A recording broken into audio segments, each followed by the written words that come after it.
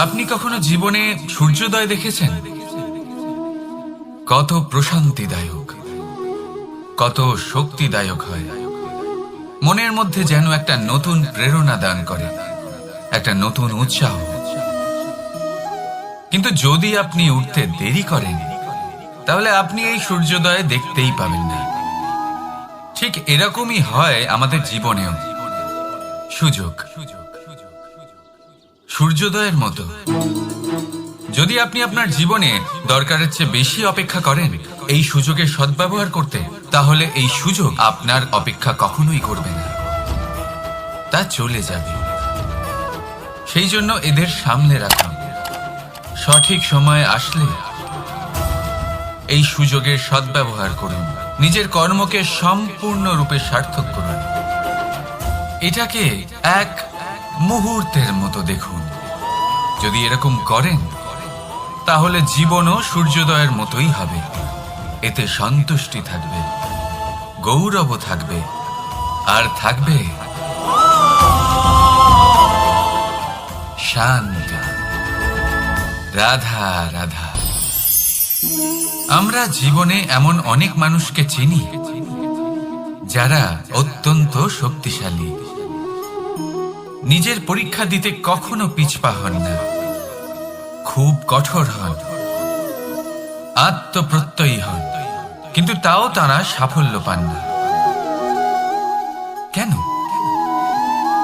কি কারণ হতে পারে এর? লৌহ মানবের মতো ব্যক্তিত্বের অধিকারী হওয়া সত্ত্বেও তারা সফলতা কেন লাভ করেন না? এবার এটার উত্তর তাদের ব্যক্তিত্বের মধ্যেই লুকিয়ে রয়েছে। লৌহ মানব, লোহা। আপনি কখনো লোহাকে দেখে থাকবেন, অত্যন্ত শক্তিশালী, অত্যন্ত কঠিন, কিন্তু শুধু তখনই যখন সেটা শান্ত থাকে, শীতল থাকে। তাকে উত্তপ্ত করুন, তা আর কঠিন থাকবে না। তার উপরে এক আঘাত করুন, চিনতে শিখুন সেই চিন্তাগুলো যা ক্রোধ বাড়িয়ে দেয়, আর সেগুলোকে শেষ করে দিন, নয়তো সেই রাগ আপনার পতন অবশ্যই ঘটাবে। রাধা রাধা। আমরা অনেকবার লোকের থেকে এই কথা শুনেছি, জীবনে যখনই ধন অর্জন করবে বাঁচিয়ে রাখবে। কি হয়, কঠিন পরিস্থিতিতে আপনার খারাপ সময় তা আপনার কাজে আসে। কিন্তু এই কথা কি 100% সত্যি? ভাবুন, এই সমস্ত ধন যে আপনি অর্জন করেছেন, তা কি আপনাকে সুস্বাস্থ্য দিতে পারবে? এই সমস্ত ধন কি আপনাকে সুখ এনে দিতে পারবে? পারবে না, তাই না? চলুন আমি আপনাকে একটা কথা বলি। পরমেশ্বর, ঈশ্বর, যদি এই ঈশ্বরের ওপর আপনি বিশ্বাস রাখেন, সর্বদাই ভালো কাজ করেন, সবার মধ্যে প্রেম ছড়িয়ে দেন, আর সবার জন্য শুধু ও শুধুমাত্র শুভকামনা করেন, তাহলে আপনার সাথে কখনো কোনো খারাপ হতে পারে না। তাই সময় বদলান, সময় বদলানোর উপকরণ নয়। আর ভালোবেসে বলুন, রাধা রাধা। অনেকবার আমাদের দৃষ্টিভঙ্গি এমন হয়ে থাকে যে আমাদের আসল সত্যের থেকে অনেকটা দূরে নিয়ে যায়। আমরা যেরকম দেখি সেরকম সবসময় হয় না। এবারে দেখুন না, আমরা মানুষেরা, আমাদের ভালো লাগে, আমরা কোথাও গেলাম, আমাদের স্বাগত জানানো হলো, আমাদের প্রশংসা করা হলো, কেউ আমাদের দিকে হাসি মুখে তাকালো, আমাদের ভালোবাসলো, আমাদের ভালো লাগে। কিন্তু যদি কেউ ক্রুদ্ধ হয়, কটাক্ষ করে, ব্যঙ্গ করে, তাহলে আমরা তক্ষুনি তাকে নিজের শত্রু ভেবে ফেলি, তার উপরে ক্রুদ্ধ হয়ে যাই। একটা কথা মনে রাখবেন, এই হাসি সবার জন্যই হয়। আপনি তাদেরকেও হাসি উপহার দিতে পারেন যাদের আপনি চেনেন, তাদেরও দিতে পারেন যাদের আপনি চেনেন না। ছোটদের দিতে পারেন, বড়দের দিতে পারেন, সবার জন্যই হলো এই হাসি। কিন্তু ক্রোধ, ক্রোধ তাদের উপরেই আসে যাদের আমরা জীবনে কখনো হারাতে চাই না, যাদেরকে আমরা অসম্ভব ভালোবাসি, যাদের জন্য আমরা আশা করি যে তাদের জীবনের পরবর্তী সময় সব সময় সুখময় হোক, উজ্জ্বল হোক। সেই জন্য আপনার জীবনের সমস্ত সেই ব্যক্তি যারা আপনার উপরে ক্রুদ্ধ হন, কটাক্ষ করেন, জরুরি নয় তিনি আপনার শত্রুই হবেন। হতে পারে সে হলো আপনার শুভাকাঙ্ক্ষী, যিনি আপনার শুধুমাত্র ভালোই চান, যিনি আপনার জন্য একটা সুন্দর ভবিষ্যৎ চান। সেই জন্য সব সময় মন দিয়ে অন্যের কথা বোঝার প্রয়াস করুন। আপনি জানতে পারবেন তাদের কর্মের ধর্ম কি হতে পারে, আপনি জানতে পারবেন তাদের ক্রোধের মর্ম কি হতে পারে। রাধা রাধা। জীবনের এই পথে এগোতে এগোতে আমরা কোথাও থেমে যাই, আমরা জানি না কেন। আমরা চেষ্টা করি যেন আমরা সামনে এগোতে পারি, কিন্তু এরকম হয় না। কি কারণ হতে পারে? আসুন আমি আপনাকে বোঝাই। মনে করুন আপনি কোনো রাস্তায় হাঁটছেন, আপনার পা মুচকে গেল, আপনি পায়ে আঘাত পেলেন। এখন এই আঘাত যদি আপনাকে পথ চলতে বাধা দেয়, তখন আপনি থেমে যান। যদি আপনার ভাবনা চিন্তা ক্ষুদ্র হয়, তাহলে আপনি জীবনে কখনোই এগোতে পারবেন না। ভেঙে যাওয়া কলম দিয়ে আপনি কখনো চিঠি লিখতে পারবেন না। ঠিক সেইভাবেই যদি আপনার মনে অন্যের জন্য হিংসা থাকে, তাহলে আপনি আপনার নিজের ভাগ্য লিখতেই পারবেন না। কাজের প্রতি আলস্য আপনাকে কখনো ধনী হতে দেবেই না, আর ধনের প্রতি লোভ তা আপনাকে কখনো মহান হতে দেবে না। ছোট একটা কথা, কিন্তু এ হলো অত্যন্ত গুরুত্বপূর্ণ। ভাবনা চিন্তা অবশ্যই করুন, আর বোঝার চেষ্টা করুন সেটা যা আপনি বুঝতে চান। হতে পারে আপনি এমন কোনো পথ খুঁজে পেলেন যার ফলে আপনি কোনো খারাপ পথে যেতে যেতে থেমে গেলেন, বা আপনি এমন কোনো অর্থ খুঁজে পেলেন যা আপনাকে মহান হবার পথে অগ্রসর করে দিল। রাধা রাধা। অহংকার এ হলো ছোট একটা শব্দ, কিন্তু এর প্রভাব অত্যন্ত বৃহৎ হয়ে থাকে। আর সব থেকে বড় সমস্যা হলো মানুষ আজ অবধি বুঝতেই পারেনি যে এই অহংকারের বাস্তব রূপ কিরকম। কেউ একে গর্বের নাম দেন, কেউ একে আত্মসম্মানের নাম দিয়ে থাকেন, এবং কোথাও একটা এমন সময় চলে আসে যখন সময় এই অহংকারকে ভেঙে খান খান করে দেয়। আর তখন না গর্ব আপনাকে বাঁচাতে পারে, না আপনার আত্মসম্মান। এখন যদি আপনাকে উদাহরণ দিই, তাহলে যেখানে আপনি বসে আছেন সেই ঘরেই ওপরে তাকান, সেই ছাদের দিকে।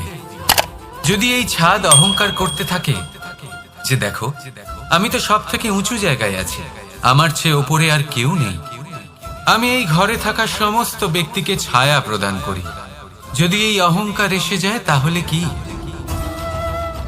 একবার ভেবে দেখুন, যদি পরের দিন তার উপর আরো একটা তলা বানিয়ে দেওয়া হয় তাহলে কি?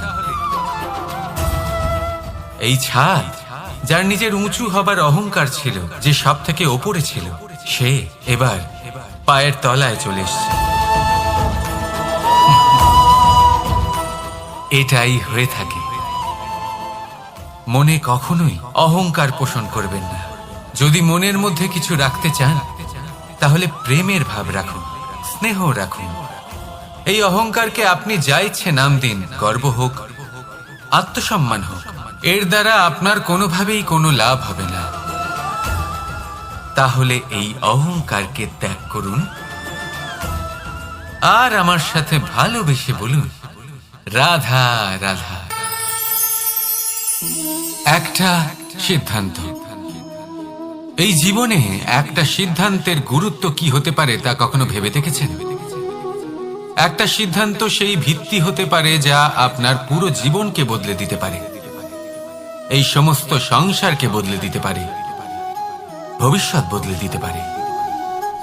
এই সিদ্ধান্ত যে কোন রাস্তা চয়ন করতে হবে, সেই সিদ্ধান্ত যে কখন সামনে এগোতে হবে আর কখন থেমে যেতে হবে, সেই সিদ্ধান্ত যে কখন যুদ্ধ করতে হবে আর কখন নিজেকে পিছু পা হতে হবে, এই সিদ্ধান্ত হলো খুব গুরুত্বপূর্ণ। আর আপনি তো এই সংসারে একা নন, তাই আপনার একটা সিদ্ধান্ত শুধু আপনার জন্যই নয়, সমস্ত সংসারের জন্য গুরুত্বপূর্ণ হতে পারে। এবার এই সিদ্ধান্ত আপনারই হবে। ভাবনা চিন্তা করে নেবেন, সাফল্য পাবেন। রাধা রাধা। ভবিষ্যৎ। সংসারে এমন কোন ব্যক্তি আছেন যিনি নিজের ভবিষ্যতের বিষয়ে ভাবেন না? যে কেউ ভাবেন আমার ভবিষ্যৎ কিছু এরকম হবে, আমি ভবিষ্যতে এরকম কিছু একটা করব, এই সুবিধা থাকবে, এই আনন্দ পাবো, ইত্যাদি ইত্যাদি। কিন্তু সত্যি বলি, ভবিষ্যতের থেকে বড় ভণ্ড আর কেউ নেই। ভবিষ্যৎ আপনাকে ছেড়ে চলে যাবে, আপনি জানতেও পারবেন না। ভবিষ্যৎ আপনার থেকে আপনার বর্তমান কেড়ে নেবে। অনেক সময় আমরা ভবিষ্যতের বিষয় ভাবতে থাকি, দুশ্চিন্তা করতে থাকি, ভবিষ্যৎ দিয়ে নিজেকে এতটাই ঘিরে ফেলি যে বর্তমান কি তা ভুলেই যাই, তার বোধই আমাদের থাকে না। ভাবুন, ভবিষ্যৎ কি? ভবিষ্যৎ হলো সেটাই যা এখনো পর্যন্ত ঘটেনি। বর্তমান হলো সেটা যা এখন ঘটছে। তাহলে যা এখনো ঘটেইনি তার বিষয়ে দুশ্চিন্তা করে নিজেকে ব্যতিব্যস্ত কেন করছেন? এই বর্তমান, এটাই হলো গুরুত্বপূর্ণ। এর উপরে সমস্ত ভাবনা কেন্দ্রীভূত করুন। মনে লক্ষ্য অবশ্যই রাখুন, কিন্তু পুরো মনোযোগ শুধু বর্তমানে থাকবে। এই বর্তমানকে যদি সামলে নিতে পারেন, তাহলে আপনার ভবিষ্যৎ এমনি উজ্জ্বল হয়ে উঠবে। তাহলে আসুন আমার সাথে ভালোবেসে বলুন, রাধা রাধা। সময়। কথায় আছে, আমাদের জীবনের প্রত্যেক মুহূর্ত স্বর্ণর মতো হয়। এবার হয় আমরা একে নিজেদের কাছে রাখতে পারি, বা একে আমরা চলে যেতে দিতে পারি। কারণ এই ছোট ছোট মুহূর্তই আছে যা আমাদের জীবনকে গড়ে তোলে। এখন এই জীবন কেমন হবে তা আমাদের উপর নির্ভর করে। যদি আপনি একটা মুহূর্তের যত্ন না নেন, যদি আপনি এক মুহূর্ত ভালো না বাসেন, যদি আপনি এক মুহূর্ত স্নেহের আনন্দ না উপভোগ করতে পারেন, তাহলে দেখতে দেখতেই আপনার সমস্ত সময় নষ্ট হয়ে যাবে, আপনি জানতেও পারবেন না। অর্থাৎ এই সময় স্বর্ণ হতে পারে না। তবে আমরা একে স্বর্ণ বানিয়ে নিতে পারি আমাদের চেষ্টার মাধ্যমে। এই সময় শুধু একটি লাঙল যা মাটির সাথে লড়াই করতে পারে, আর কিছু নয়। একটা অত্যন্ত গুরুত্বপূর্ণ কথা মনে রাখবেন, আপনার কাছে শুধু সময় আছে। এবার আপনি এটা দিয়ে স্বর্ণ বানাবেন, না ঘুমিয়ে স্বপ্ন দেখে একে নষ্ট করবেন, সিদ্ধান্ত আপনারই। রাধা রাধা। ভগবান।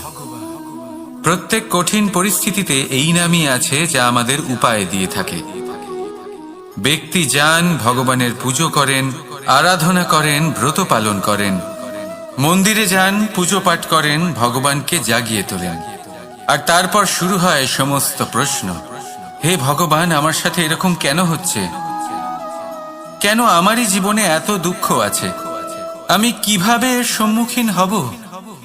আমাকে কেন এত কষ্ট ভোগ করতে হচ্ছে? হে ভগবান, আমি কি করব? আমাকে সাহায্য করুন, কোনো রাস্তা দেখান।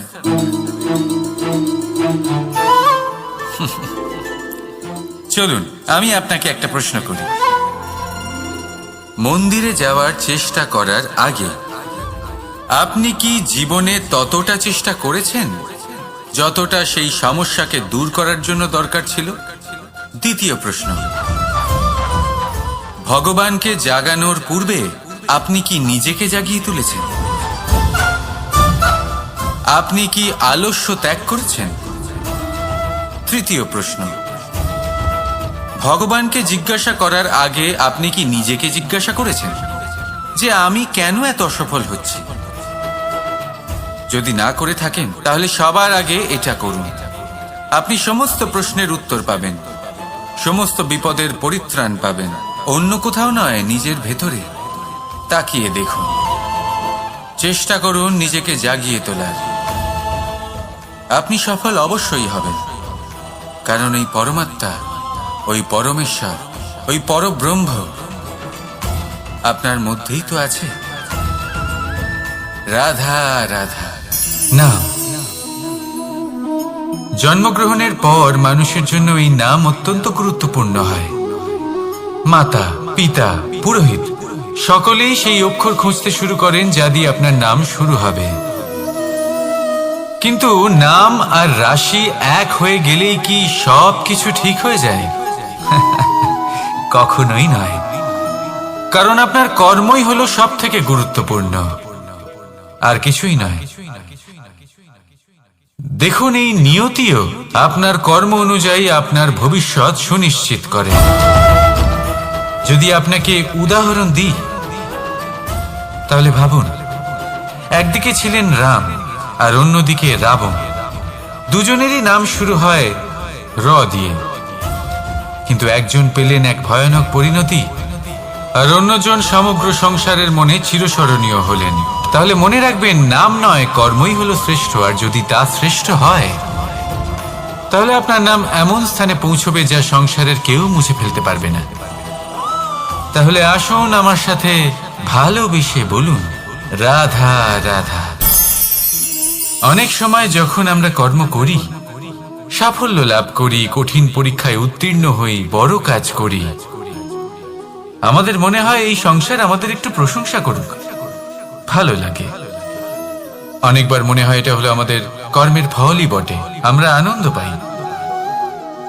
কিন্তু যখন আমরা এই প্রশংসা পাই না, তখন কি হয়?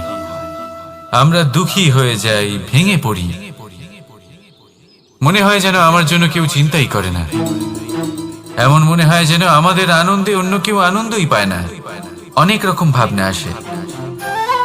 কিন্তু আমি আপনাকে একটা প্রশ্ন করতে চাই, আপনি যে কাজই করেন না কেন, যে কর্মই করেন না কেন, তা কি শুধুমাত্র প্রশংসার জন্য করেন? যদি এরকম হয়ে থাকে তাহলে সেই ভাবনা এক্ষুনি ত্যাগ করুন, কারণ এই প্রকৃতি আমাদের অন্য শিক্ষা দেয়।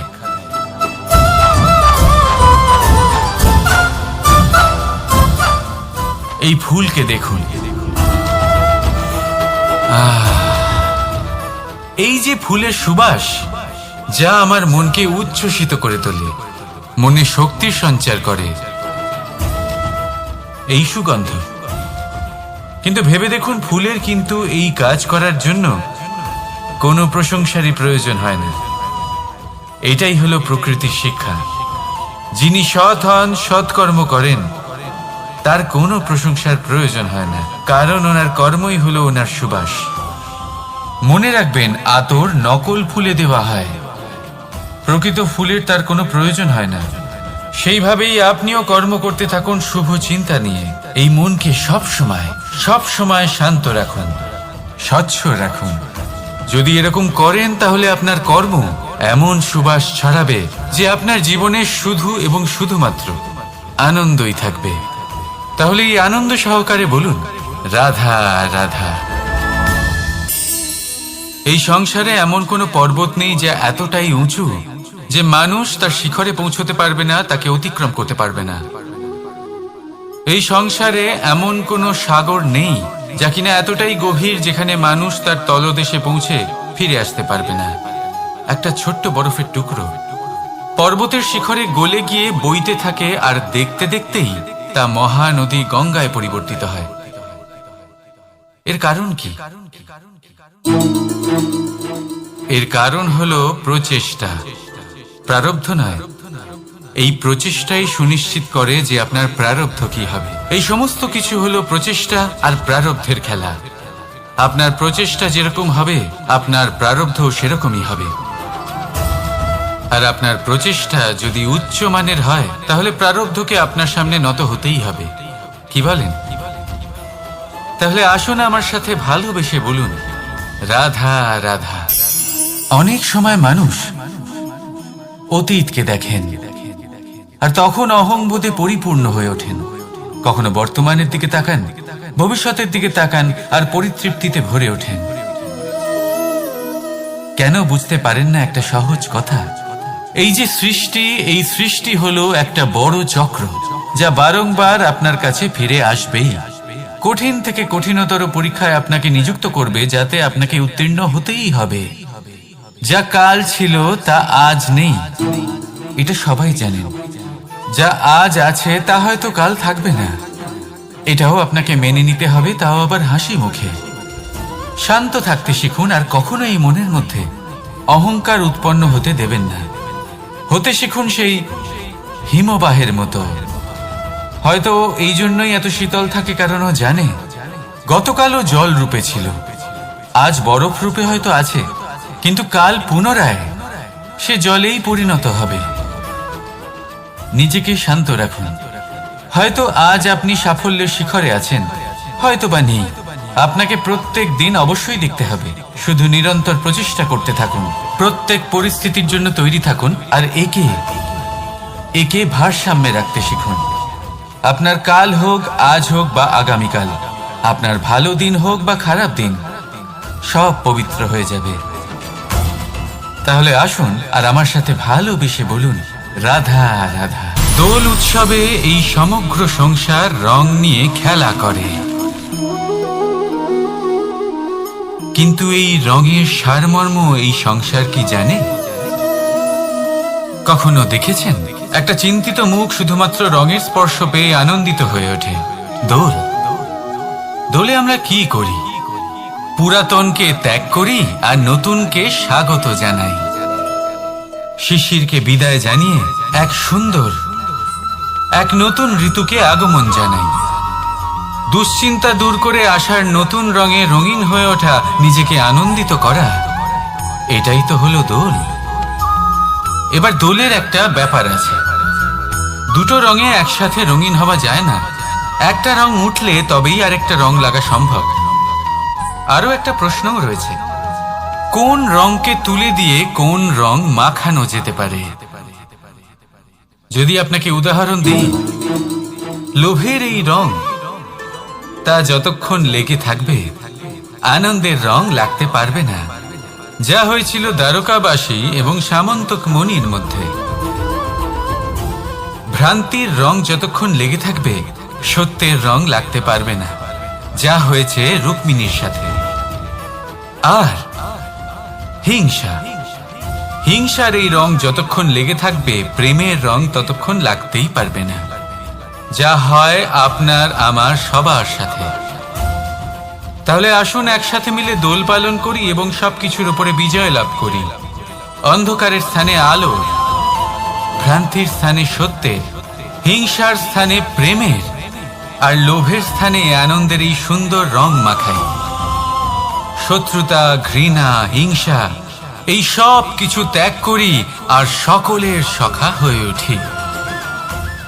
আর ভালোবেসে বলি, শুভ দোল। হ্যাঁ, ওটা তো আমরা অবশ্যই বলবো, রাধা রাধা। সংসারে অনেক সময় এরকম হয় যে আমরা খুব সমস্যায় থাকি, খুব বিপদের মধ্যে থাকি। আর সেই সমস্ত মানুষ যারা আমাদের কাছের মানুষ, আমাদের আপনজন, তারা আমাদের ত্যাগ করে চলে যান। আমরা এই সময় দুঃখ পাই, নিরাশ হয়ে পড়ি এবং একা একাই সেই সমস্যাকেও কাটিয়ে উঠি। এবার পরিস্থিতি যেমন খুশি হোক না কেন, সেই সব মানুষ যারা এমন সময় আপনাকে ত্যাগ করেছেন, তাদের প্রতি ক্রুদ্ধ হওয়া, অভিমান করা, এটা অনুচিত। আমি বলবো তাদের প্রতি কৃতজ্ঞ থাকুন। আমি বলবো তাদের ধন্যবাদ জানান যে তারা এমন সময় আপনার সঙ্গ ত্যাগ করেছেন যখন আপনার তাদের সব থেকে বেশি প্রয়োজন ছিল। কারণ দেখুন, হয় তাদের বিশ্বাস ছিল যে আপনি নিজেই এই বিপদ থেকে বেরিয়ে আসতে পারবেন, বা তাদের ত্যাগ করার জন্য আপনি নিজের উৎসাহ বাড়িয়ে তুললেন, আপনি নিজের শক্তি বাড়ালেন এবং নিজে সেই সমস্যা থেকে বেরিয়ে আসলেন। নিজের খারাপ সময়কে আপনি নিজেই ভালো সময় করে তুললেন। শেষ পর্যন্ত আপনি আরো শক্তিশালী হয়ে উঠলেন, আরো শ্রেষ্ঠ হয়ে উঠলেন। আর এটাই তো আপনার বিজয়, যার কারণ হলো তাদের আপনাকে ত্যাগ করা। তাহলে তাদের ধন্যবাদ জানান আর আমার সাথে ভালোবেসে বলুন, রাধা রাধা।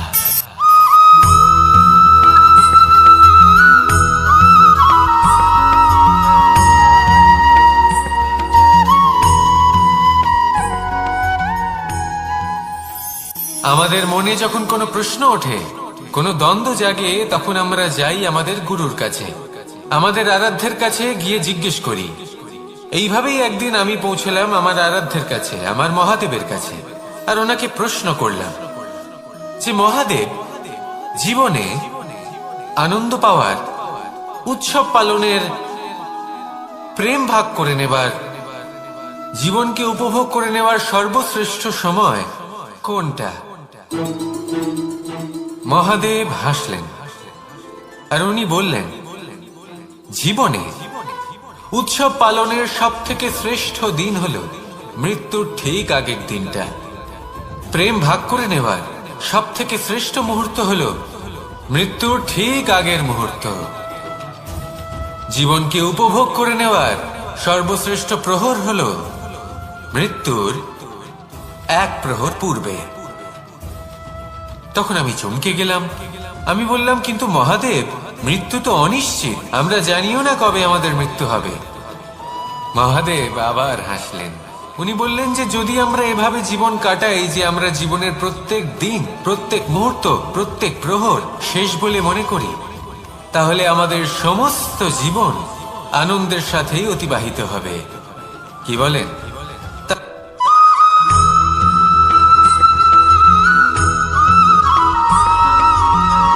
সংসারে আমাদের জীবনে যখন কোনো সুখ বা দুঃখ আসে, তার জন্য আমরা কাউকে না কাউকে অবশ্যই দায়ী করে থাকি, তাই না?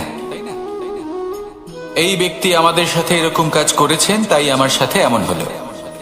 ওই ব্যক্তি যদি এমনটা না করতেন, তাহলে আজ আমি ওই স্থানে পৌঁছতে পারতাম। সবই আপনার দৃষ্টিভঙ্গির উপর নির্ভরশীল, আর যদি আপনার দৃষ্টিভঙ্গি এমন হয়, তাহলে তা অনুচিত। সত্যি কথা বলতে, এই সংসারে ভিন্ন ভিন্ন ধরনের মানুষ আছে। এটা আপনার উপর নির্ভর করছে কিভাবে তাদের স্বাগত জানাবেন। একবার ভাবুন, আমি আমার দুটো হাত সামনে নিয়ে এলাম, দুটো মুঠো খুলে দিলাম। দুই প্রকারের মানুষ আসবেন, কিছু না কিছু দিয়ে যাবেন। এই মুঠো যদি আমি বন্ধ করে দিই, তাহলে না কেউ আমাকে কিছু দিতে পারবে, না আমার কিছু যাবে আসবে। নিশ্চয়ই বুঝতে পারছেন এই দুই ধরনের ব্যক্তি কারা এবং তারা কি দিয়ে যান। আমি যদি নিজের মুঠো খুলে দিই, তাহলে কিছু ভালো মানুষ আসবেন, আমাকে আনন্দ, সন্তুষ্টি, জ্ঞান প্রদান করে যাবেন, ভালো অভিজ্ঞতা দিয়ে যাবেন।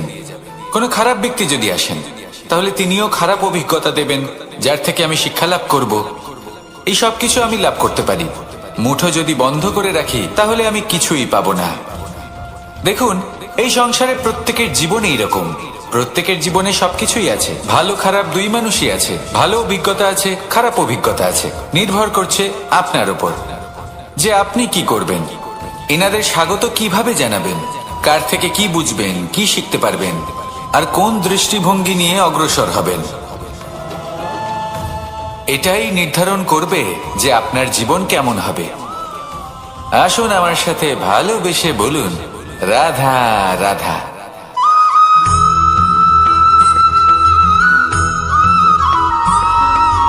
জীবনে অগ্রসর হওয়ার জন্য আমাদের কাকে প্রয়োজন হয়?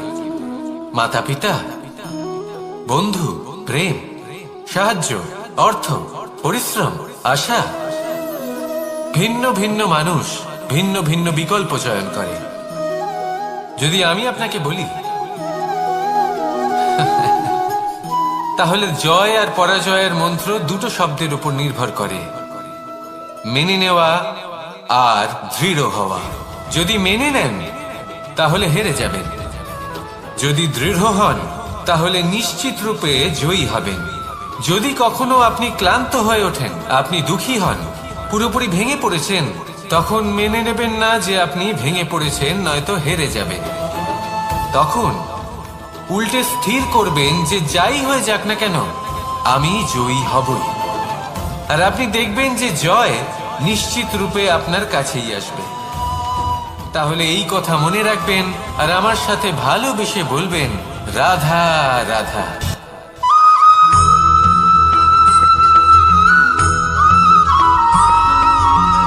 ভালো, শুধু ওনাদের কঠোর ব্যবহার দেখলে আমরা একটু ভয় পেয়ে যাই। এবার ওনাদের এই কঠোর ব্যবহার আমাদের ভালো না লাগলেও অত্যন্ত আবশ্যক, কারণ মাতার থেকে আমরা যে শক্তি লাভ করি তা যেন নিয়ন্ত্রণ হারিয়ে বিধ্বংসী না হয়ে ওঠে, আমরা যেন কোনো কুপথে না চলে যাই, আমরা কখনো যেন দোষ না করে ফেলি। শুধু সেই জন্য পিতা এবং গুরু একটু কঠোর হয়ে ওঠেন, এবং ওনাদের এই কঠোর আচরণ ভবিষ্যতে গিয়ে আমরা অবশ্যই বুঝতে পারি। জীবনে কিছু বছর আমরা এগিয়ে যাই আর তারপর আমরা বুঝতে পারি যে বাবা এবং গুরু আমাদের যথেষ্ট ভালোবাসতেন, কিন্তু ওনাদের ভালোবাসার বহিঃপ্রকাশ আলাদা। প্রয়োজনীয় হলো এটা দেখার, এটা বোঝার যে শুরু থেকে আমাদের প্রতি ওনাদের আচরণ কেমন ছিল। ওনাদের কঠোর হওয়ার পেছনে ওনাদের ভালোবাসাটা বোঝার চেষ্টা করুন, ওনাদের চিন্তাটা বোঝার চেষ্টা করুন, ওনাদের পথপ্রদর্শনের আড়ালে আপনার ভবিষ্যতের জন্য যে পরিকল্পনা ওনারা করেছেন সেটা বোঝার চেষ্টা করুন। তখন আপনারা বুঝতে পারবেন ওনাদের ভালোবাসাকে। আপনার মনের মধ্যে আপনা থেকেই ওনাদের প্রতি সম্মান জেগে উঠবে। নিজের পিতা এবং নিজের গুরু এই দুজনের প্রতি কৃতজ্ঞতা প্রকাশ করুন আর আমার সাথে ভালোবেসে বলুন, রাধা রাধা।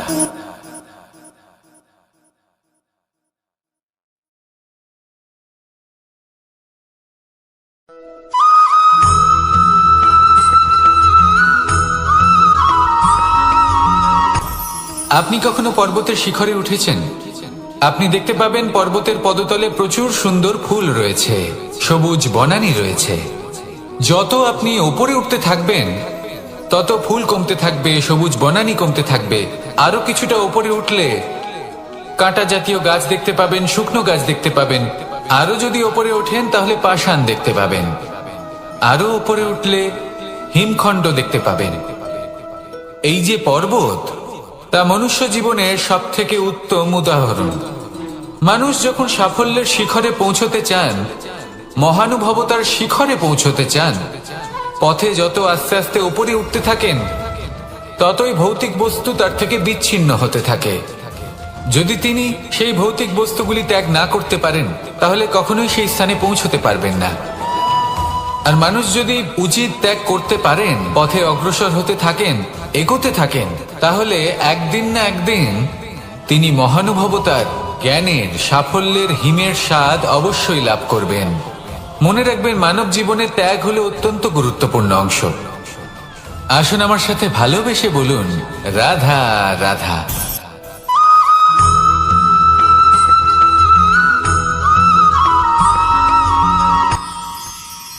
মানুষ তার জীবনে দুই ধরনের পরিস্থিতিকে খুব ভয় পায়। এক, কোনো কারণবশত কারোর সামনে নত হওয়া।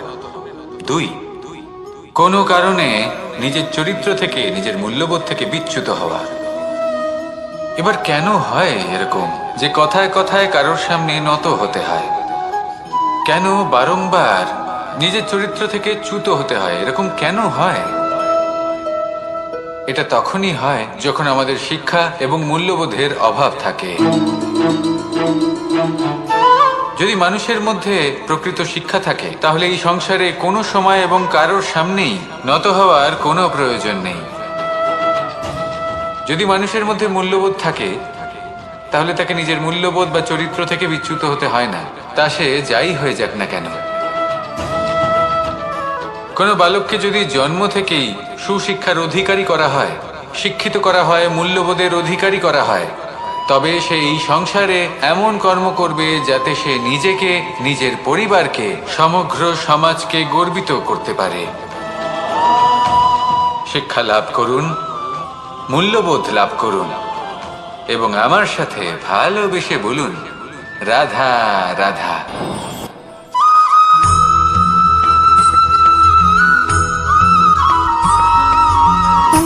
সুখ, দুঃখ এবং শক্তি, এই তিন হলো এই সংসারের ত্রিদেবের মতো।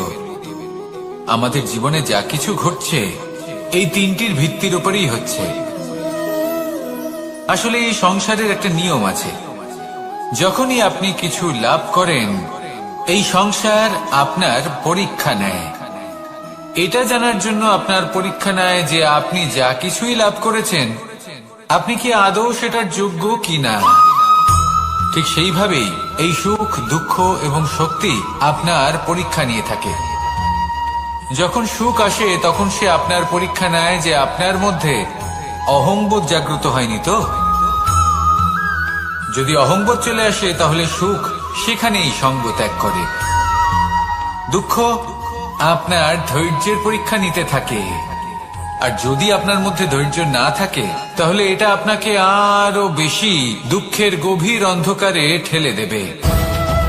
সেখানে শক্তি পরীক্ষা নেয় আপনার বিনম্রতার। যদি আপনি বিনম্র না হন তাহলে হয় এই শক্তি আপনার সঙ্গ ত্যাগ করবে, নয় এই শক্তি বিনম্রতার অভাবে আপনার পতনের কারণ হতে পারে। এই সংসারে যে কোনো ব্যক্তি যিনি এই পরীক্ষায় উত্তীর্ণ হয়ে থাকেন, এই জীবনে তিনি সাফল্য লাভ করেন। আসুন আমার সাথে ভালোবেসে বলুন, রাধা রাধা।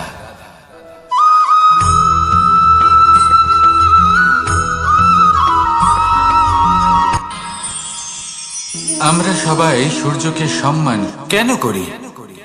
কারণ আমরা জানি যে সন্ধেবেলা যখন সূর্যাস্ত হবে তখন শুধুমাত্র অন্ধকার বাকি থাকবে।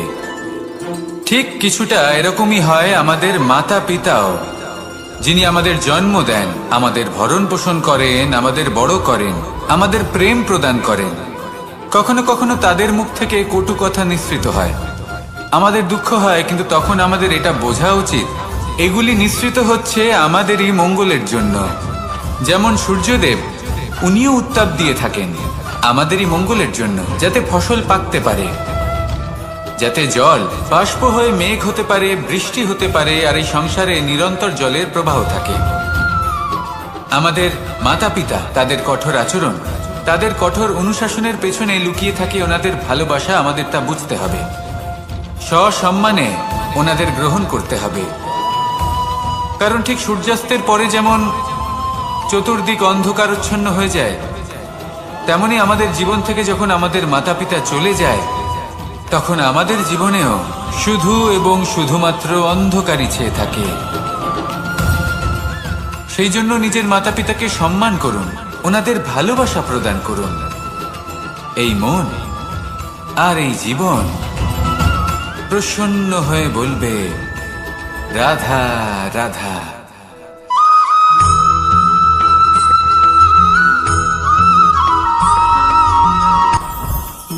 জীবনে কিছু শেখা অত্যন্ত গুরুত্বপূর্ণ। এবার কি কি শিখতে হবে সেই সব শেখানোর জন্য অনেক শিক্ষক রয়েছেন, কিন্তু কি শিখবেন না আর কি করবেন না এটা আমাদের নিজের অভিজ্ঞতা দিয়ে শিখতে হয়। কিন্তু তার মানে এটা নয় যে যদি আপনাকে শিখতে হয় যে আগুনের তাপ কতটা, আপনাকে আগুনের মধ্যে হাত দিতে হবে। না, অন্য কারোর অভিজ্ঞতা দ্বারাও শিখতে পারেন। প্রশ্ন শুধুমাত্র একটাই যে আপনি কি শিখতে চান নাকি চান না। যদি আপনি এটাই ভাবেন যে আমি শুধুই নিজের অভিজ্ঞতা দ্বারাই শিখতে চাই, তাহলে জীবনকাল ছোট মনে হবে, অনেক কিছুই শিখতে পারবেন না। তাই নিজের সাথে সাথে বড়দের অভিজ্ঞতার দ্বারাও শেখা শুরু করে দিন। এই সংসারের অভিজ্ঞতা দ্বারা শিখতে শুরু করে দিন। আর এটা নিশ্চিত রূপে শেখা আবশ্যক যে কখন কি করবেন না, কোথায় থামতে হবে আর কোথায় থামবেন না। তাহলে আসুন আর আমার সাথে ভালোবেসে বলুন, রাধা রাধা।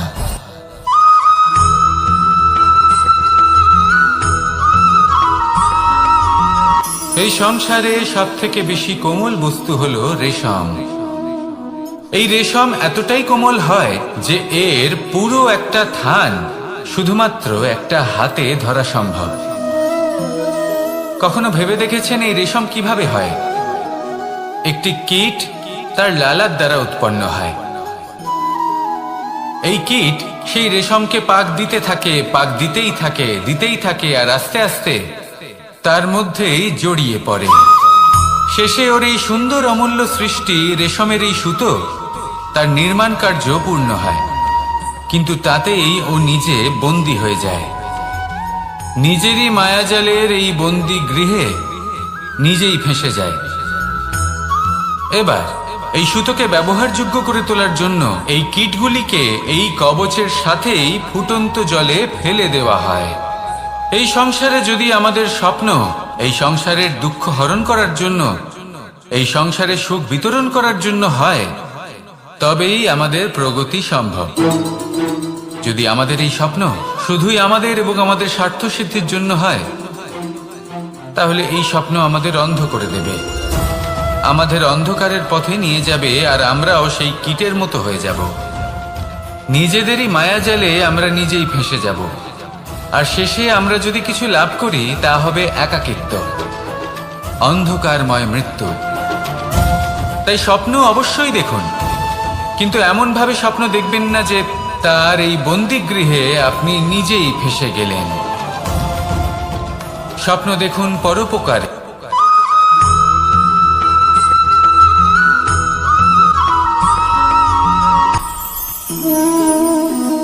শক্তি এক অত্যন্ত বিচিত্র বস্তু, বা বলতে পারেন অনুভূতি।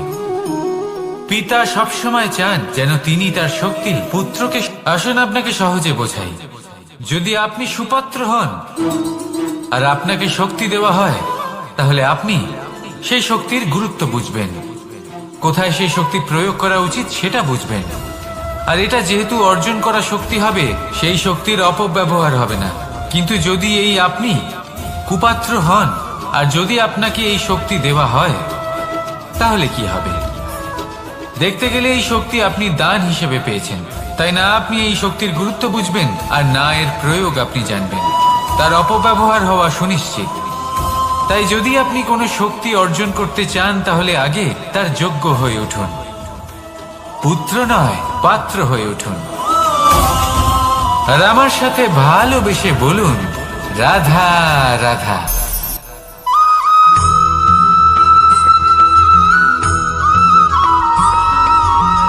এই সংসারে প্রত্যেক মানুষ এটাই চান যে তিনি যেন ধনবান হন, আর্থিক অবস্থা তার ভালো থাকে, ওনার বাড়িতে লক্ষ্মীর আগমন হয়।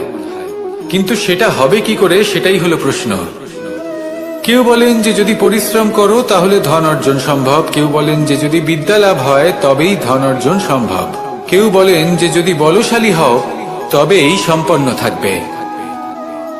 ভালো কথা, যদি তাই হয়ে থাকে, তবে দিনমজুর সারা দিন পরিশ্রম করেন, তিনি কেন ধনী হন না? অনেকজন বিদ্বান মানুষ আছেন এই সংসারে, তারা কেন ধনবান হন না? অনেক সংখ্যক বলশালী ব্যক্তি আছেন, তাদের কাছে ধন নেই কেন? তাদের কেন ধনের অভাব হয়? আবার এমনও কিছু মানুষ আছেন যারা পরিশ্রম করেন, তারা দিনমজুর, কিন্তু তারা ধন অর্জন করতে পারেন। কিছু বিদ্বান ব্যক্তি আছেন যাদের কাছে অধিক মাত্রায় ধন রয়েছে, কয়েকজন বলশালী ব্যক্তি রয়েছেন যাদের কাছে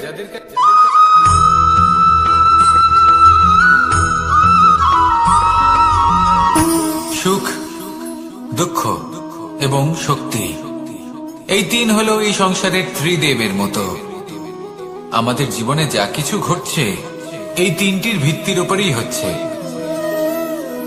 আসলে এই সংসারের একটা নিয়ম আছে, যখনই আপনি কিছু লাভ করেন, এই সংসার আপনার পরীক্ষা নেয়।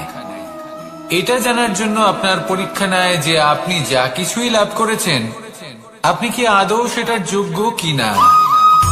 ঠিক সেইভাবেই এই সুখ, দুঃখ এবং শক্তি আপনার পরীক্ষা নিয়ে থাকে। যখন সুখ আসে তখন সে আপনার পরীক্ষা নেয় যে আপনার মধ্যে অহংবোধ জাগ্রত হয়নি তো। যদি অহংবোধ চলে আসে তাহলে সুখ সেখানেই সঙ্গ ত্যাগ করে। দুঃখ আপনার ধৈর্যের পরীক্ষা নিতে থাকে, আর যদি আপনার মধ্যে ধৈর্য না থাকে তাহলে এটা আপনাকে আরো বেশি দুঃখের গভীর অন্ধকারে ঠেলে দেবে।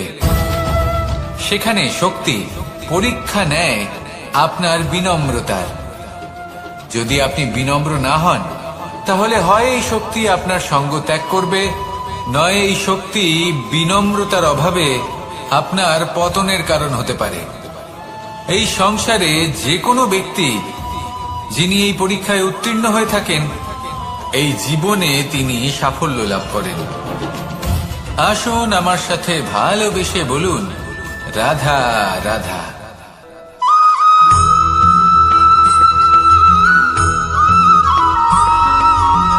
পঞ্চতত্ত্বের মধ্যে দ্বিতীয় তত্ত্ব হল ধরণী, ভূমি, যাকে আমরা ধরণী মাতা বলি। এই ধরণী ধৈর্য ধারণ করে, আর এর ওপরেই আমাদের সমগ্র সংসার নির্ভরশীল। কারণ এই ভূমি সহ্য ক্ষমতা রাখে, এর সহ্য ক্ষমতা হলো অপরিসীম। সন্তান যতই আঘাত প্রদান করুক না কেন, প্রেম পূর্বক সহ্য করে, আর তার বদলে অমূল্য রত্ন প্রদান করে। সন্তান যদি হাল চালায়, তাহলে তার বদলে তাকে অন্ন প্রদান করে। এটাই হলো ধরণী। এবার এর থেকে আমরা কি শিক্ষা পেতে পারি?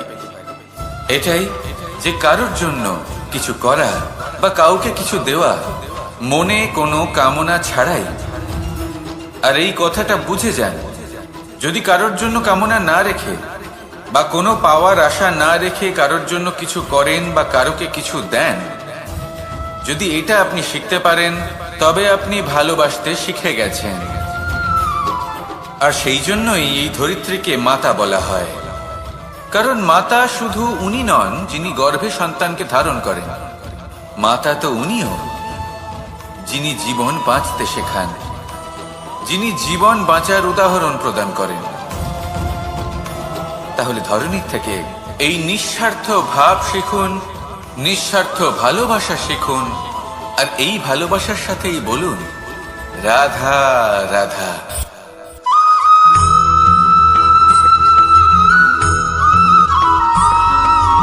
মানুষ জন্মগ্রহণ করে, তার সাথে ভয়েরও জন্ম হয়। ছোটবেলা থেকেই আমাদের মনে কোনো না কোনো প্রকারের ভয় থেকেই যায়।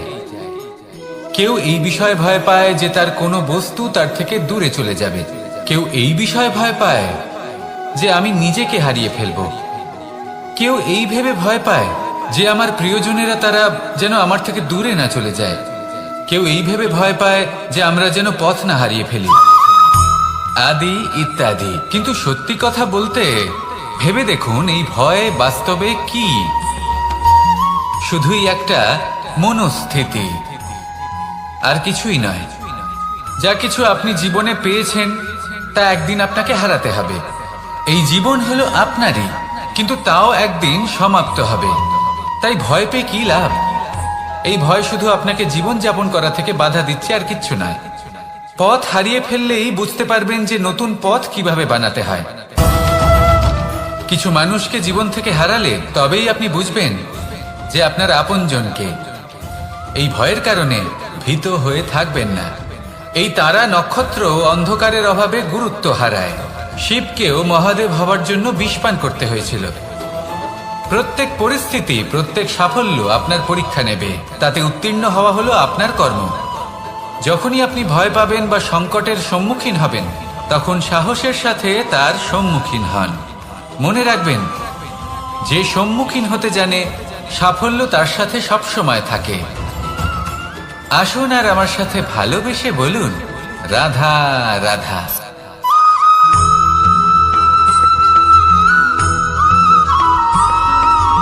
জীবনে অগ্রসর হওয়ার জন্য আমাদের কাকে প্রয়োজন হয়? মাতা পিতা, বন্ধু, প্রেম, সাহায্য, অর্থ, পরিশ্রম, আশা। ভিন্ন ভিন্ন মানুষ ভিন্ন ভিন্ন বিকল্প চয়ন করে। যদি আমি আপনাকে বলি, তাহলে জয় আর পরাজয়ের মন্ত্র দুটো শব্দের উপর নির্ভর করে, মেনে নেওয়া আর দৃঢ় হওয়া। যদি মেনে নেন তাহলে হেরে যাবেন, যদি দৃঢ় হন তাহলে নিশ্চিত রূপে জয়ী হবেন। যদি কখনো আপনি ক্লান্ত হয়ে ওঠেন, আপনি দুঃখী হন, পুরোপুরি ভেঙে পড়েছেন, তখন মেনে নেবেন না যে আপনি ভেঙে পড়েছেন, নয়তো হেরে যাবেন। তখন উল্টে স্থির করবেন যে যাই হয়ে যাক না কেন, আমি জয়ী হবই।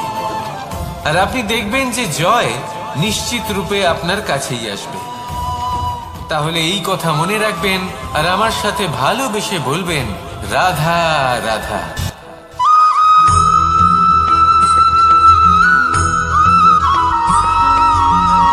এই সংসারে কোনো বস্তু হোক বা ব্যক্তি হোক, তার একার গুরুত্ব কিন্তু খুব বেশি নয়। একটা উদাহরণ হিসেবে বৃষ্টির ফোঁটাকে ভেবে দেখুন। যদি একটি বৃষ্টির ফোঁটা হয় তাহলে তার খুব বেশি গুরুত্ব থাকে না, কিন্তু যখন সহস্র বৃষ্টির ফোঁটা মেঘের মধ্যে দিয়ে ঝরে পড়ে তখন সেটা বর্ষার রূপ ধারণ করে। সেই বর্ষা যা এই প্রকৃতিকে শান্ত করে। সেইভাবেই পাথরের ছোট টুকরো তার খুব বেশি গুরুত্ব থাকে না, কিন্তু যখন অসংখ্য পাথরের টুকরো একত্রিত হয় তখন তা পর্বতের আকার ধারণ করে। সেইভাবেই কিছু মানুষ যখন একত্রিত হন তখন তৈরি হয় পরিবার, কিছু পরিবার যখন একত্রিত হয় তখন তৈরি হয় সমাজ, যখন অনেক সংখ্যক সমাজ একত্রিত হয় তখন তৈরি হয় রাজ্য। এবার এই রাজ্যের সব থেকে গুরুত্বপূর্ণ ব্যক্তি হতে পারেন রাজা, কিন্তু তাও সেই রাজা একা কিছু করতে পারেন না। যুদ্ধ লড়ার সময় তারও নিজের সৈন্যদলকে প্রয়োজন পড়ে। কিন্তু এই সংসারে এমন একজন ব্যক্তি আছেন যিনি একাই সব কাজ করতে থাকেন, এবং সেই ব্যক্তি হলেন মা। আমাদের জীবনে একজন পিতার ভূমিকা কিন্তু নিঃসন্দেহে অমূল্য, কিন্তু আমাদের সকলের জীবনে যে ভূমিকা একজন মায়ের তা অন্য কারোর থাকে না। একজন মা একাই সন্তানকে বড় করতে পারেন, সংস্কারী করে তুলতে পারেন, তার জন্য পরিশ্রম করেন। আর এত কিছু কাজ করার পরেও তার কাজের জন্য তিনি প্রশংসা অবশ্য পান না। উল্টে যদি সেই সন্তান অনুচিত পথে চালিত হয়, অনুচিত কর্ম করে, তখন সেই মাকেই অপবাদের পাত্র হয়ে উঠতে হয়। আমাদের জীবনে মায়ের যোগদান কতটা সেটা বুঝুন। আপনাকে বড় করে তোলার জন্য উনি কতটা পরিশ্রম করেছেন সেটা বুঝুন। আজ থেকে, এখন থেকে, এই মুহূর্ত থেকে মাকে সম্মান করতে শিখুন। যখন সময় পাবেন, যখন সুযোগ হবে, তখন তার প্রশংসা করুন, ওনারও ভালো লাগবে। আর মায়ের এই মমতার জন্য, তার এই ভূমিকার জন্য আসুন সবাই মিলে আমরা তাকে প্রণাম করি,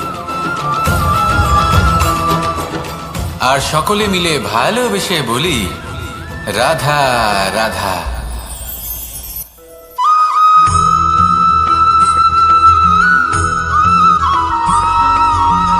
এই সংসারের সব থেকে গুরুত্বপূর্ণ তত্ত্ব কোনটা? প্রথম হলো সময়। জন্ম থেকে মৃত্যু পর্যন্ত এই যে সময়, এটাই তো হলো জীবন। দ্বিতীয় হলো জীবন, যাতে আমরা সময়ের সদ্ব্যবহার করি, শ্রেষ্ঠ থেকে শ্রেষ্ঠতর কাজ করার চেষ্টা করি। বহু বছরের এই পরম্পরা, এই সংস্কৃতিকে এগিয়ে নিয়ে যাওয়ার চেষ্টা করি। এই সংসারে আমরা অংশগ্রহণ করতে চেষ্টা করি। তৃতীয় হলো ধন, সেই ধন যা প্রত্যেক ব্যক্তি অর্জন করতে চেষ্টা করেন। এবার এই তিনটি তত্ত্বের মধ্যে একটা সামঞ্জস্য আছে, সমান ব্যাপার আছে। সে ধনই হোক বা সময় হোক বা হোক জীবন। আর সেই সমান ব্যাপার হলো যে যদি আপনি এটা গণনা করতে থাকেন তাহলে তা কমতে থাকে, যদি আপনি এটা ব্যবহার করেন তাহলে তা বাড়তে থাকে। একে সংগঠিত করে রাখতে চেষ্টা করলে এ হাত থেকে ফসকে যায়, কিন্তু যদি আপনি একে সামলে রাখতে শিখে যান তাহলে এমন কাজ করবেন যাতে সংসারের সাথে সাথে পরবর্তী প্রজন্ম লাভবান হবে।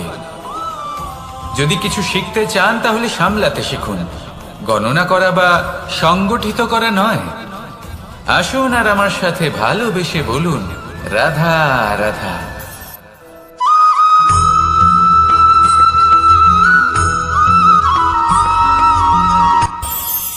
এই সংসারে আমরা প্রকাশ কোথা থেকে পাই? এর উত্তর বড়ই সরল। ভোরে যখন সূর্যোদয় হয় তখন প্রকাশের কিরণ আমাদের ঘরে এসে পৌঁছয়। এইভাবেই আমরা প্রকাশ লাভ করি। এবার এই প্রকাশের আলোতেই আমরা সারাদিনের কাজ সম্পন্ন করি। সন্ধে হয়ে যায়, সূর্যাস্ত হয়ে যায়, আর আমাদের ঘর যাতে অন্ধকার না হয় তার জন্য আমরা একটা প্রদীপ প্রজ্বলিত করি। এটাই ঘটে আমাদের জীবনেও। এবার প্রবাহমান আয়ুর সাথে আমরা আমাদের অন্তরে যদি একটা প্রদীপ প্রজ্বলিত করে নিই তাহলে বিষয়টাই অন্যরকম হবে। এবার আপনি বলবেন কোন প্রকাশের কথা বলছি যা আমাদের অন্তরে জাগ্রত করা সম্ভব? আমাদের আত্মার মাঝে প্রেমের প্রকাশ জাগ্রত করার কথা বলছি। কারণ আমাদের এই জীবন এও হলো দিনের আলোর মতো। আজ প্রকাশ আছে, কিন্তু কোনোদিন অবশ্যই অস্ত হবে। কিন্তু অস্ত হবার আগে যদি আমরা আমাদের আত্মার মাঝে প্রেমের এই প্রকাশ উজ্জ্বলিত করে নিই, তাহলে আমাদের সন্ধ্যাকালও আমরা আনন্দে এবং প্রেমে যাপন করব।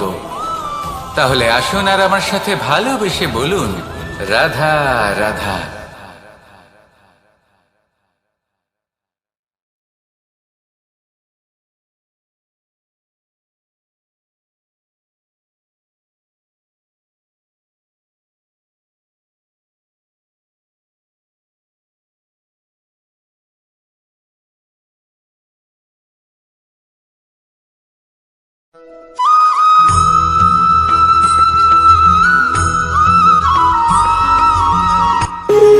যখন মানুষের মৃত্যু হয় তখন কি হয়? অনেক সংখ্যক মানুষ শোক পালন করতে চলে আসেন। যে ব্যক্তি মৃত্যু লাভ করেছেন তার অনেক বস্তু থাকে যেগুলো তার প্রিয়, যেগুলো তিনি ব্যবহার করেছেন। তার শয্যা, তার বস্ত্র, তার আভূষণ সবকিছু তার থেকে বিচ্ছিন্ন করা হয় এবং খালি হাতে তাকে শ্মশানের উদ্দেশ্যে রওনা করা হয়। আমি আপনাকে এই প্রশ্ন করতে চাই, আপনি এই সংসারে কি অর্জন করেছেন? ধন সম্পত্তি, বস্ত্র, আভূষণ, এই সব কিছু যে আপনি অর্জন করেছেন, আপনার মৃত্যুর পরে তা আপনার থেকে দূর হয়ে যাবে। এর উত্তর হলো একটাই, আপনার কর্ম। শুধু সেটাই আছে যা একান্ত আপনার, আর শুধু সেটাই এই সংসার থেকে চলে যাওয়ার পরেও সংসারেই জীবিত থাকবে। যদি আপনি দুষ্কর্ম করেন, তাহলে এই সংসার আপনাকে একটি অনুচিত উদাহরণ হিসেবে মনে রাখবে যে এই ব্যক্তি খুব পাপী ছিল, অনুচিত কর্ম করতেন। যে পথে তিনি চলেছেন সেই পথে কারোর চলা উচিত নয়। সেখানেই যদি আপনি সৎকর্ম করেন, তাহলে সংসার চিরকাল এটাই বলবে যে খুব ভালো মানুষ ছিলেন, সবাইকে ভালোবাসতেন, সবাইকে সাহায্য করতেন, আমার খুব প্রিয় মানুষ ছিলেন। এটাই হলো শ্রেষ্ঠ কর্ম। সেই জন্য জীবনে শুধুমাত্র ধন সম্পত্তি, আভূষণ এই সব অর্জন করতে গিয়ে নিজের মনোনিবেশ করবেন না। শ্রেষ্ঠ কর্ম করুন। সংসার থেকে চলে যাওয়ার পরেও এই কর্মই এই সংসারে আপনাকে জীবিত রাখবে। আসুন আমার সাথে ভালোবেসে বলুন, রাধা রাধা।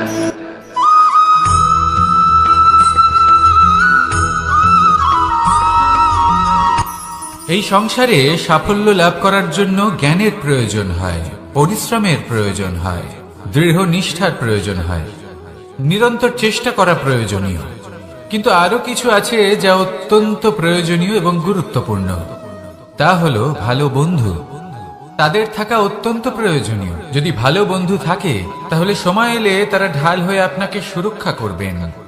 সময় এলে অস্ত্রের মতো শত্রুকে সংহারও করবেন। যদি তিনি জ্ঞানী হন, তাদের মধ্যে সদ্গুণ থাকে, তাহলে এই সব গুণ আপনার মধ্যেও প্রবেশ করবে। তাহলে সাফল্যের জন্য ভালো বন্ধু পাওয়া অত্যন্ত প্রয়োজনীয়। কিন্তু শুধু বন্ধু কেন, ভালো শত্রুও থাকা প্রয়োজনীয়।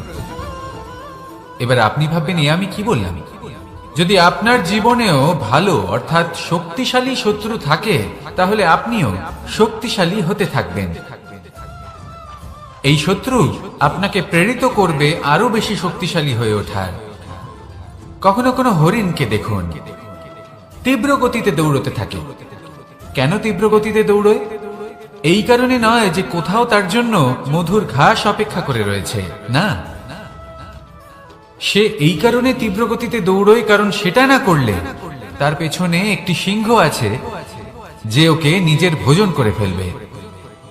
তাই জীবনে বিপদ, সংকট এই সবকিছুও হলো অত্যন্ত গুরুত্বপূর্ণ। তার সম্মুখীন হতে শিখুন আর আমার সাথে ভালোবেসে বলুন, রাধা রাধা।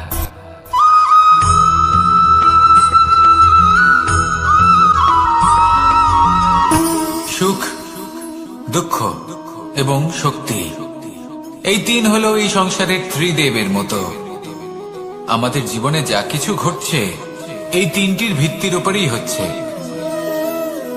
আসলে এই সংসারের একটা নিয়ম আছে, যখনই আপনি কিছু লাভ করেন এই সংসার আপনার পরীক্ষা নেয়। এটা জানার জন্য আপনার পরীক্ষা নেয় যে আপনি যা কিছুই লাভ করেছেন আপনি কি আদৌ সেটার যোগ্য কিনা। ঠিক সেইভাবেই এই সুখ, দুঃখ এবং শক্তি আপনার পরীক্ষা নিয়ে থাকে। যখন সুখ আসে তখন সে আপনার পরীক্ষা নেয় যে আপনার মধ্যে অহংবোধ জাগ্রত হয়নি তো। যদি অহংবোধ চলে আসে তাহলে সুখ সেখানেই সঙ্গ ত্যাগ করে।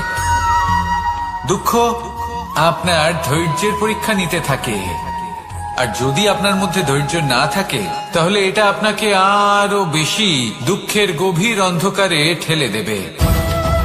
সেখানে শক্তি পরীক্ষা নেয় আপনার বিনম্রতার। যদি আপনি বিনম্র না হন তাহলে হয় এই শক্তি আপনার সঙ্গ ত্যাগ করবে, নয় এই শক্তি বিনম্রতার অভাবে আপনার পতনের কারণ হতে পারে। এই সংসারে যে কোনো ব্যক্তি যিনি এই পরীক্ষায় উত্তীর্ণ হয়ে থাকেন এই জীবনে তিনি সাফল্য লাভ করেন। আসুন আমার সাথে ভালোবেসে বলুন, রাধা রাধা।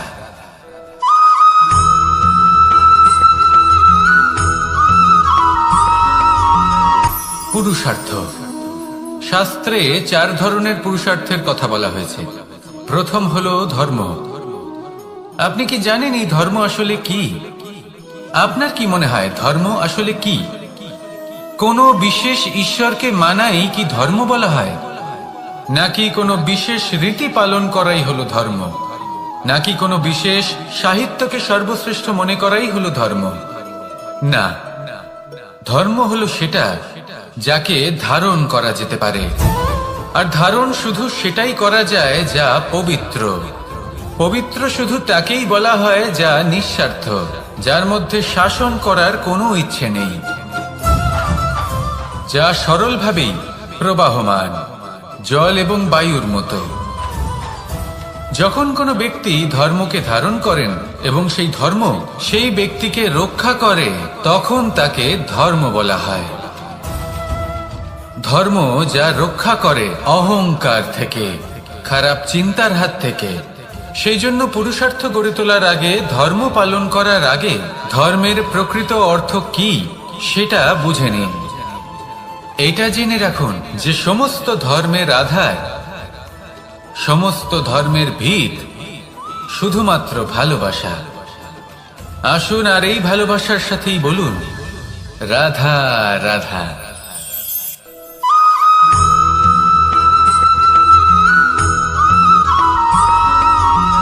এই সংসারে সব থেকে বেশি কোমল বস্তু হলো রেশম।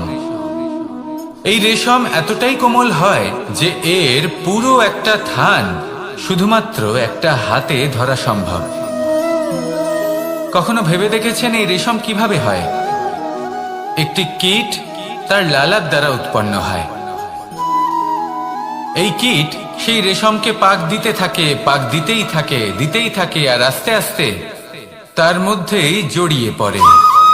শেষে ওর এই সুন্দর অমূল্য সৃষ্টি রেশমের এই সুতো তার নির্মাণ কার্য পূর্ণ হয়, কিন্তু তাতেই ও নিজে বন্দী হয়ে যায়। নিজেরই মায়াজালের এই বন্দী গৃহে নিজেই ফেঁসে যায়। এবার এই সুতোকে ব্যবহারযোগ্য করে তোলার জন্য এই কীটগুলিকে এই কবচের সাথেই ফুটন্ত জলে ফেলে দেওয়া হয়। এই সংসারে যদি আমাদের স্বপ্ন এই সংসারের দুঃখ হরণ করার জন্য, এই সংসারে সুখ বিতরণ করার জন্য হয়, তবেই আমাদের প্রগতি সম্ভব। যদি আমাদের এই স্বপ্ন শুধুই আমাদের এবং আমাদের স্বার্থ সিদ্ধির জন্য হয়, তাহলে এই স্বপ্ন আমাদের অন্ধ করে দেবে, আমাদের অন্ধকারের পথে নিয়ে যাবে, আর আমরাও সেই কীটের মতো হয়ে যাব। নিজেদেরই মায়াজালে আমরা নিজেই ফেঁসে যাব, আর শেষে আমরা যদি কিছু লাভ করি তা হবে একাকিত্ব, অন্ধকারময় মৃত্যু। তাই স্বপ্ন অবশ্যই দেখুন, কিন্তু এমন ভাবে স্বপ্ন দেখবেন না যে তার এই বন্দিগৃহে আপনি নিজেই ফেঁসে গেলেন। স্বপ্ন দেখুন পরোপকারে।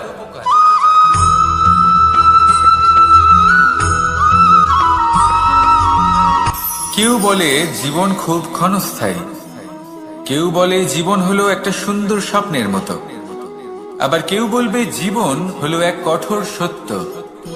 কিন্তু জীবন আসলে কি? জীবন হলো আপনারই প্রতিবিম্ব, একটা দর্পণ। অর্থাৎ আপনি জীবনকে সেইভাবেই পাবেন যেরকম আপনি নিজেকে প্রতিপন্ন করবেন।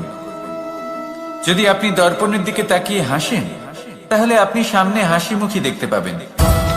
এবার যদি আপনি গম্ভীর হয়ে থাকেন, তাহলে আপনি একজন রুষ্ট ব্যক্তি দেখতে পাবেন। শেষে সবথেকে বেশি গুরুত্বপূর্ণ হলো আপনার চেষ্টা। আপনাকে সবসময় চেষ্টা করতে হবে যাতে আপনি নিজেকে প্রসন্ন এবং ইতিবাচক মনোভাবে রাখেন। এটা হলো আপনারই উত্তরদায়িত্ব, তাকে পালন করুন। এই মনকে প্রসন্ন রাখুন, এই সংসারকে সুন্দর বলে মনে হবে। আর এই মন প্রসন্ন হয়ে বলবে, রাধা রাধা।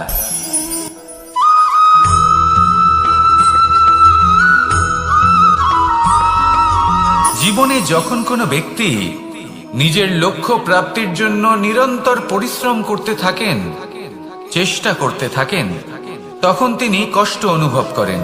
কখনো শারীরিক কষ্ট, কখনো মানসিক কষ্ট। এবার উনি এটা ভাবতে থাকেন যে আমি কি উচিত করছি নাকি অনুচিত করছি। কারণ অন্যদিকে এমন একজন ব্যক্তিও আছেন যিনি একদমই পরিশ্রম চেষ্টা করছেন না। তিনি মদিরা পান করেন, বিলাসিতায় জীবন কাটান, অলস প্রকৃতির হয়ে ওঠেন, নিদ্রাতে বিলীন হয়ে থাকেন আর ভাবেন যে তিনি সুখ লাভ করছেন। কিন্তু এরকম কেন হয়? কারণ যখন আমরা সৎ পথে থাকি, উচিত পথে চলি, লক্ষ্য প্রাপ্ত করার জন্য চেষ্টা করতে থাকি, তখন আমাদের ভেতরে থাকা নেতিবাচক শক্তি এবং পাপ এই দেহকে ত্যাগ করে দেয়। আর এই অনুভূতিটাই আমাদের দুঃখের অনুভূতি দেয়, কষ্ট দেয়। এবার সেখানে যদি আমরা কুপথে চলি, অনুচিত পথে চলতে থাকি, তাহলে আমাদের ভেতরে থাকা পুণ্য এবং ধনাত্মক শক্তি আমাদের দেহ ত্যাগ করে দেয়। আর এই অনুভূতির কারণেই আমরা সুখ অনুভব করি। কিন্তু কখনো ভাববেন যে এই সুখ বেশি সময় পর্যন্ত থাকে না। সেই জন্য সবসময় মনে রাখবেন, যদি আপনি জানেন যে এটাই আপনার লক্ষ্য, এটাই উচিত পথ, শুভ পথ, তাতে নিরন্তরভাবে এগিয়ে যেতে চেষ্টা করতে থাকুন। এই কষ্ট আপনাকে সুখের পরাকাষ্ঠায় কখন পৌঁছে দেবে তা আপনি জানতেই পারবেন না। আসুন আমার সাথে ভালোবেসে বলুন, রাধা রাধা।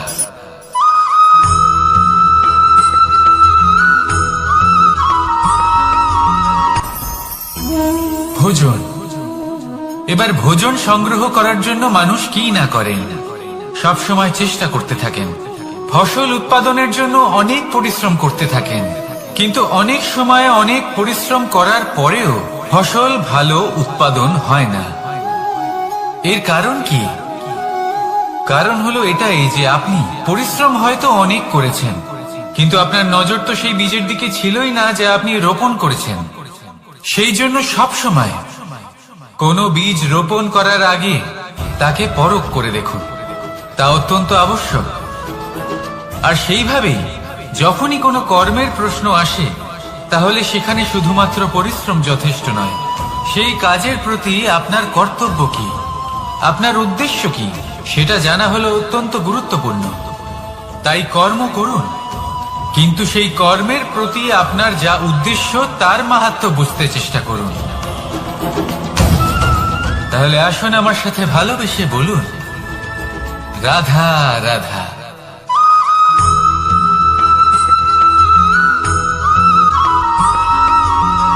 পিতা আর পুত্রের সম্পর্ক অত্যন্ত মধুর হয়ে থাকে। পিতা স্বপ্ন দেখেন, তাকে পূর্ণ করার সকল সম্ভাব্য চেষ্টা করেন, কিন্তু তাও অনেক সময় ওনার স্বপ্ন অপূর্ণ থেকে যায়। তখন পিতা ভাবেন যে স্বপ্ন উনি পূর্ণ করতে পারেননি, ওনার সন্তান তা অবশ্যই পূরণ করবে। যে স্থানে উনি কখনো পৌঁছতে পারেননি, সেই স্থানে ওনার পুত্র অবশ্যই পৌঁছবে। পিতা নিজের সন্তানের ভবিষ্যৎ নিয়ে সেই স্বপ্ন দেখেন, আর যখন সেই সন্তান সামনে